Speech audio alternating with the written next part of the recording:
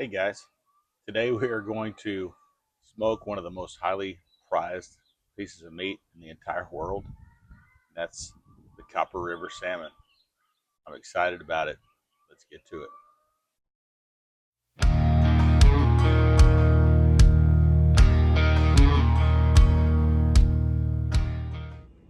Guys, this is what I'm talking about right here. Here it is, prepackaged. This was vac sealed up in Alaska and sent down to me by some family. So here's a good look at it. It's the skin on one side, but yeah, it's a nice, very, very deep salmony red, and it's supposed to be some of the best fish on the planet. We're about to find out.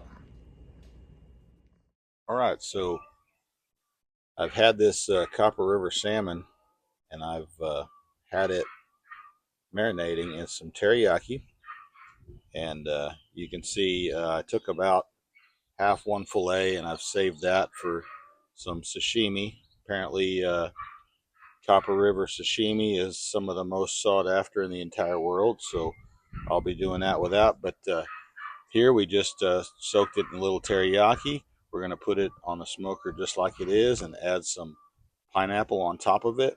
And we're going to let it smoke at 200 for about an hour until it's about 145 internal. Let me go ahead and get this up on the smoker.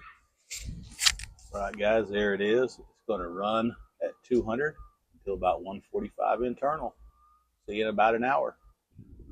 So like I said, we are running it at 200 degrees. It's going to be for about an hour until it gets 145 or so internal. I know the FDA says you need to take it warmer than that, but most of the people I talk to, 140, 145 is fine. Um, so that's what I'm going to take it to, and hopefully, these Alaskans that do it all the time know a lot more than me. So, this is their recipe. So, uh, I'm trying to follow it to a T. So we are running pecan, and we want to do something lighter. I didn't have any fruit wood, but I figured pecan would be good. Pecan pairs really nicely with lots of fish, so that's what we're running here. And yeah, it's going to be amazing. I can't wait to give it a shot. A little update here, guys. After doing a little more research, looks like chefs like to pull salmon here at about 125-ish. So I'm going to be pulling it a little bit earlier. So it might not get quite an hour of smoke. I'm going to go ahead and pull it at 125, and we're going to eat it right away. So it says that really after 125, it starts to firm up. It's they said the texture is better around 125. So yeah, that's what we're going to do, and hopefully it works out.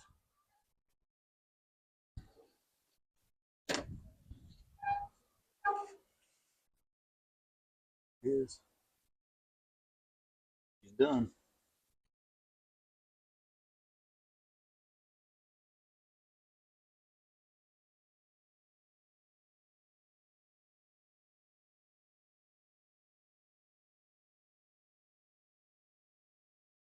All right.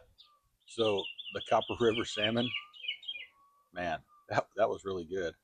I've never actually been a fan of salmon like ever in my life, but I am definitely going to be doing that again.